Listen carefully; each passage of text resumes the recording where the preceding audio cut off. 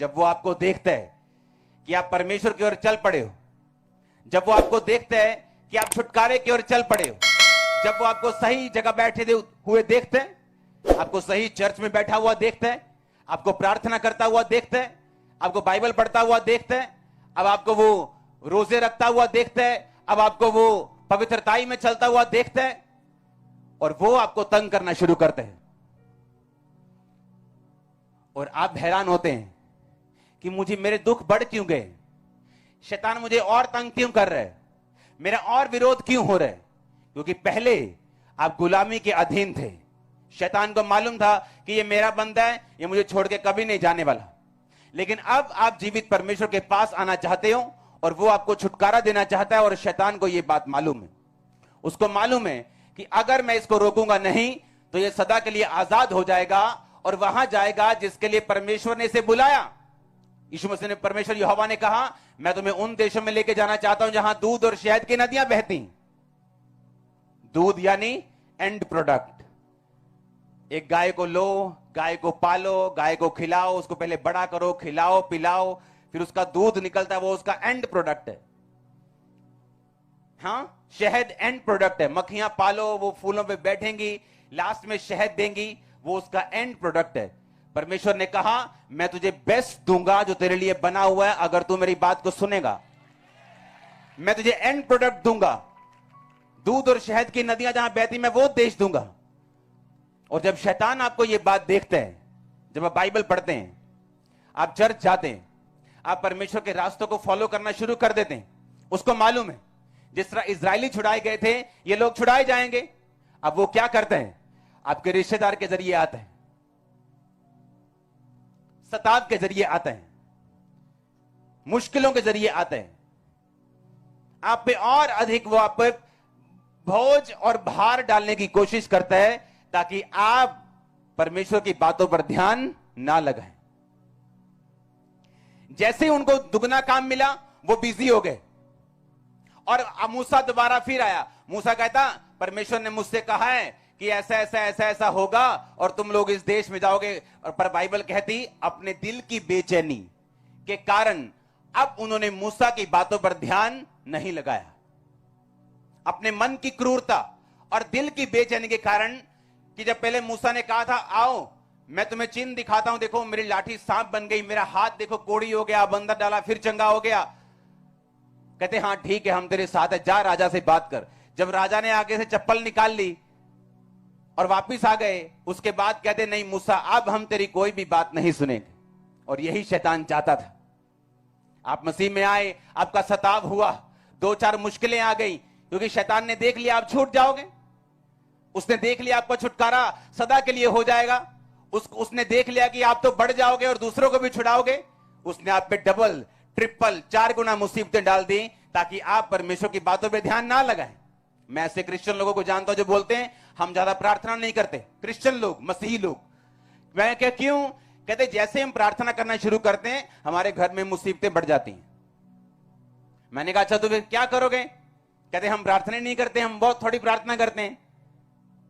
हाँ, ए हमारे बाप रोटी पे कर ली, इसको ब्लेस कर दे, दाल नू है कर दे, मटर पनीर नू है कर दे, खादा दे, चलो कम्मा दे। हाँ, मैंने कहा फिर तो आप शैतान के बंधन में हो, क्योंकि आपने उसके साथ कॉम्प्रोमाइज कर लिया।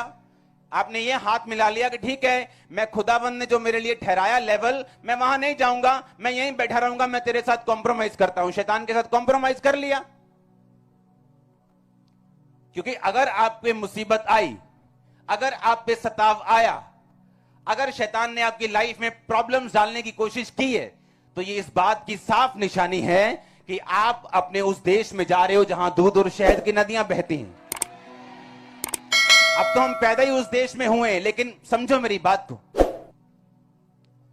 कि अब आप उस डेस्टिनी, उस मंजिल की ओर जा रहे हो जहां आपको बेस्ट प्रोडक्ट मिलने वाले हैं, जहां दूध और शहद की नदियां बहती। ये परमेश्वर की योजना है आप लोगों के लिए। लेकिन बाइबल कहती है शैतान ने उन्हें दुगना तंग किया, तिगना तंग किया कि गिव अप कर दें, क्विट कर दें, चर्च जाना छोड़ दें, बाइबल पढ़नी छोड़ दें, रोजे रखने छोड़ दें। और ऐसा बहुत से लोगों के साथ होता है जब वो ये नहीं समझ पाते कि क्यों परमेश्वर ने मूसा की पुस्तक लिखी है, क्यों परमेश्वर ने राजे के मन को ढीठ कर दिया? क्यों उसने दुगना तिगना 4 गुना प्रेशर डाल दिया लोगों के ऊपर? बाइबल कहती है कि वो लोग पहले से ही दुखी थे, क्योंकि राजा ने उनके ऊपर एक्स्ट्रा भार डाला हुआ था। एक बंदा 2-2 बंदे की मजदूरी कर रहा था, लेकिन राजा ने कहा 2 बंदे की मजदूरी तो करते ही हो, अब तुम 3 की करोगे। बाइबल कहती है उन्होंने कहा हमारे मरने के दिन आ गए, तूने राजा के हाथ में तलवार दे दी है। मूसा के साथ शिकायत करते रहे वो कि तूने राजा के हाथ में तलवार दे दी, हम बचेंगे नहीं। जब शैतान आपको देखता है ना कि आपने चर जाना शुरू कर दिया, आप ऐसी ऐसी ऐसी मुसीबतों और सताव में फंसते हैं जिसमें आपका कोई कसूर नहीं होता। आप बोलोगे यार मैं तो सीधा हूं, मैं तो चंगा भला यार, एक ही करिए ना बंदा, मैंने कुछ किया नहीं, कभी उसको कुछ बोला नहीं, पर ये मेरे खिलाफ क्यों है? वो आपके खिलाफ नहीं, वो देख चुका है कि खुदा का अनुग्रह आपके सिर के ऊपर आ चुके। आप जानते हैं यीशु मसीह क्यों कैसे जिंदगी को बदलते हैं? जब आप जानते हैं जो लोग पाप में गिरते हैं, और कई लोग ऐसे हैं जो पाप के साथ बहुत संघर्ष करते हैं, उनसे अपने शरीर पे कंट्रोल ही नहीं हुए, हर टाइम संघर्ष करते हैं। आप जानते हैं वो कौन लोग हैं? एक्चुअल में वो स्टार लोग हैं। एक्चुअल में मैं आपको बताता हूं कैसे। क्योंकि बाइबल कहती है कि सामरी औरत जब पानी भरने के लिए गई तो वो 6वें घंटे के लगभग था, यानी दोपहर का टाइम था। यीशु मसीह रास्ते से आ रहे थे और चेले खाना लेने के लिए चले गए। यीशु मसीह कुएं के पास बैठ गए और वो औरत दोपहर को 12 बजे पानी भरने आ रही। यीशु मसीह ने कहा, सामरी औरत यानी यहूदियों से छोटी जाति होती थी और यहूदी उनके साथ कोई पानी नहीं पीते थे, व्यवहार नहीं रखते थे। यीशु मसीह ने कहा मुझे पानी पिला। उसने कहा प्रभु तू तो यहूदी है, तू यहूदी होकर मुझ सामरी से पानी क्यों मांगते है? और वहां पर यीशु मसीह ने जात और पात को खत्म कर दिया। बोला नहीं, कितनों को मेरी बात समझ आ रही? उसको एक्सेप्ट किया कि मुझे पानी पिला और मैं भी तुझे वो पानी दूंगा जिसे पीकर तू प्यासी नहीं रहेगी और अनंत जीवन का सोता बन जाएगी, तेरे अंदर से वो निकला करे। सुनो मेरी बात।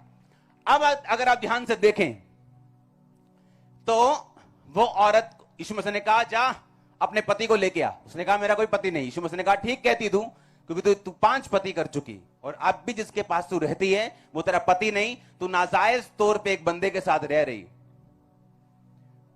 और यही कारण था कि वो औरत रिजेक्टेड थी।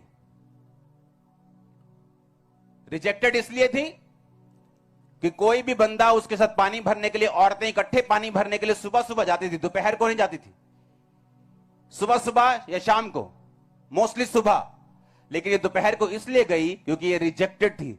रिजेक्टेड क्यों थी? क्योंकि इसको पाप करने की आदत थी। इसकी मैरिज फेल नहीं हुई थी कि ठीक है एक मैरिज फेल हो गई, दूसरी कर ली, चलो कोई बात नहीं, दूसरी फेल हो गई, तीसरी फेल हो गई। परमेश्वर कहता है वो तू 5 पति कर चुकी, अब भी जिसके पास तू है वो तेरा पति नहीं है, पर तू उसके साथ रहती है। इसको पाप करने की आदत थी।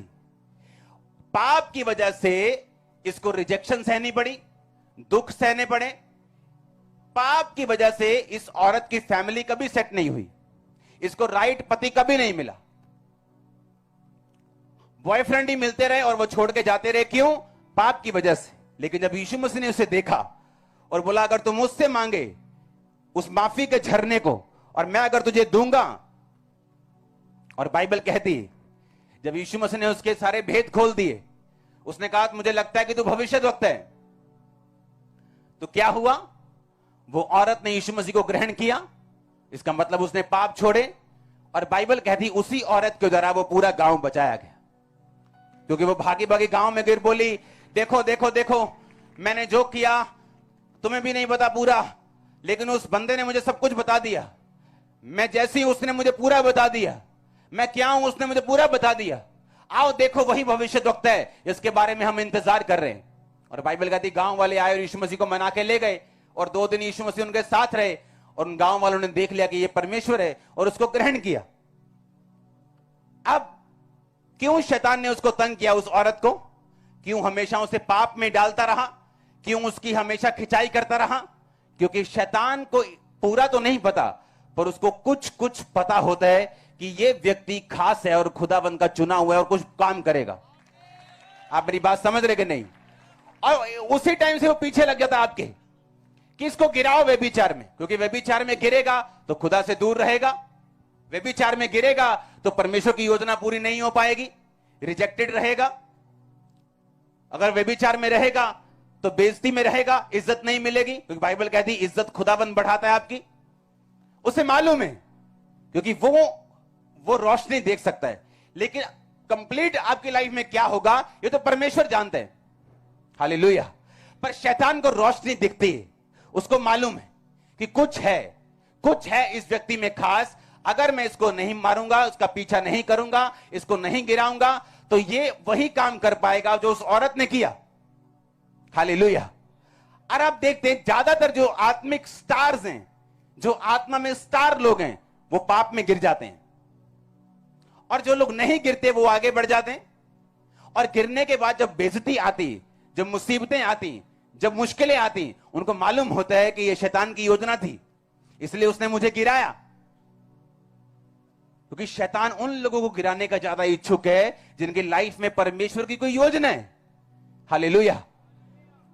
आपको कभी हैरानी नहीं होती क्यों हर टाइम वो आपको बोलता है चल सिगरेट पिए, चलो चलो, सूटा ओ सिगरेट पी रहा, ओ तेरी तो देख लिया, दिल कर रहा है। कितने मेरी बात को समझ रहे हैं? क्यों ऐसा क्यों? या व्यभिचार करने के लिए, या पैसे की, ये इस चीज की, क्यों? उसे मालूम है, वो रोशनी देख चुका है, उसे मालूम है आप कौन है, उसे मालूम है आपकी लाइफ से क्या होगा। इसीलिए बाइबल कहती है जब राजा ने देखा इस्राएलियों को तो वो डर गया। कहता ये इतने ज्यादा हो गए? कहते हाँ। कहता इनको दबाओ, ज्यादा मजदूरी करो। ज्यादा मजदूरी की उन्होंने दुहाई दी। परमेश्वर ने मूसा को भेज दिया। मूसा कहता छोड़ दे इनको। कहते अच्छा छोड़ दो, अच्छा तिगनी कर दो मजदूरी। शैतान जैसे उनके ऊपर लाइट को देखता है, उनको दबाने की कोशिश करता है। लेकिन बाइबल कहती जैसे जैसे शैतान इस्राएलियों को दबाता गया वो और बढ़ते गए।